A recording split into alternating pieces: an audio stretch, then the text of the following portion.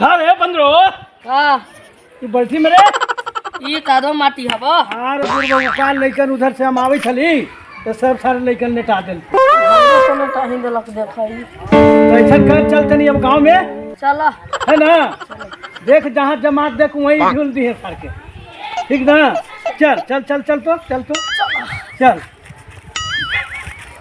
इतना कादो माटी लगावल हम देते ना कैसे तो कहाव तो यही जोरदार में कर लेके हम हिला लेके जाए अरे तो आज होली में बूढ़ा जोरदार सब चल रहा है समझ खिला जा तू अब कराई करा होली है होली है होली है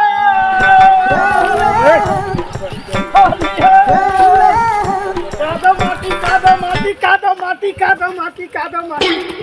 कादो माटी ये क्या ओके बुढ़ा के बाबा के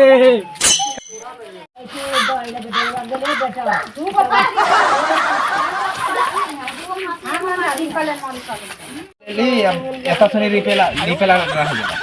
अब इहो लिप ले भाई बाद में ऐसा ना कि अरे जड़े सुनाई तो भौजियों के डाल देना रंगवा हो डाल दे देख कहते हाली तोरे एकदम ना सुधार बाजी हैं एकदम देखा तो कहते ही अभी कि एक बचे देथिन एकदम होली हो होली हो कादो माटी भौजी कादो माटी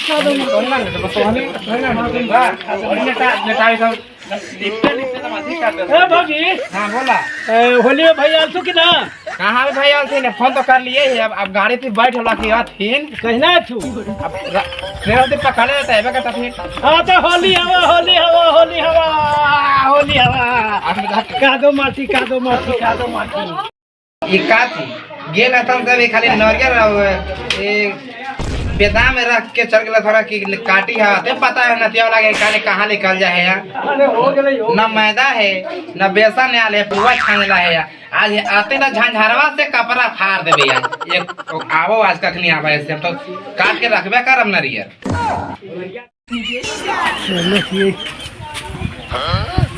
भौजी हाँ भैया ना तू तब हम ही नहीं आज होली के धमगजा हम करेला अच्छा अब खाली गड़ी छोड़े काट ले हाँ तो ये तो खाली करे छोड़ा कर ली ना ये ना लेर के घर के चल गए हला कि काटा काटते लिया तभी तो अभी तभी बेरा बिता के ना वो सब हम सिरा घरवा में रखल अच्छा सिला घर में रख दे हां अच्छा ठीक जाए के अब आज तोरे संग खेलम होली भौजी तोरे संग खेलम होलिया बोलो क्या भुलावन का रुको हो ए हवे का बैठी बाबू होली है ना हां मतलब अबीर लगवा ला अच्छा कहीं कहू नहीं होई थी रे हां आगे होई छबो गलियारी होई छै अच्छा चल तो चलो चल चलो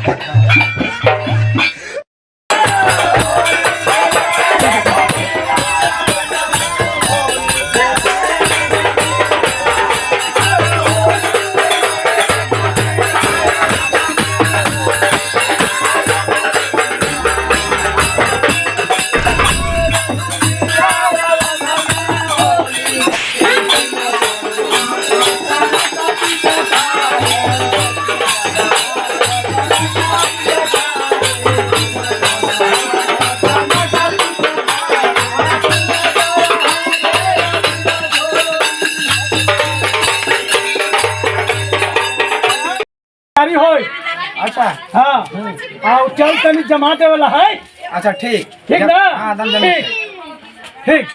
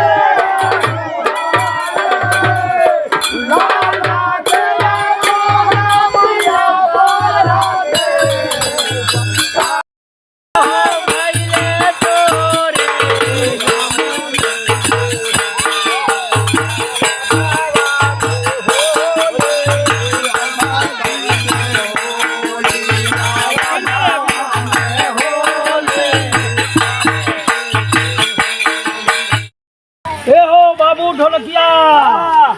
हमारा दरवाजा के पास आ गया है। तब हमारा जो फर्ज है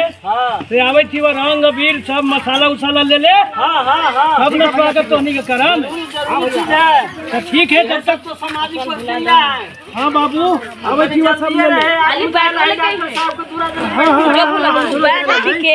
बस तुरंत आपके ही आपका जब तक काट तो नहीं छोटा मोटा उठावा तुरंत डालते हैं ये यानी कि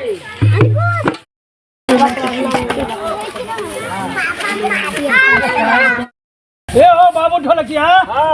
हम तो सब लेके चले निवा। अब एगो देखा छेल छबीली लेके निवा है। जाने छऊ ना एक चार्ज चार्ज नहीं है। कहाँ जानी छऊ 5000 मांगी थले तैयो 3000 रुपया देले है। तबरी होली में ना अबरी हवा महंगा करे कुछ बढ़ता है 6000 मांगी थे सीधा तो भी ना। बाप रे बाप क्या करूं बाबू लगन का दिन है तब देख रहे एक जैसे 4000 दे। देखा ना एक कमाल देखी है। एक बात हवा कि तू जे है आगे मुहे अभी के तू पीछे मुहे आता।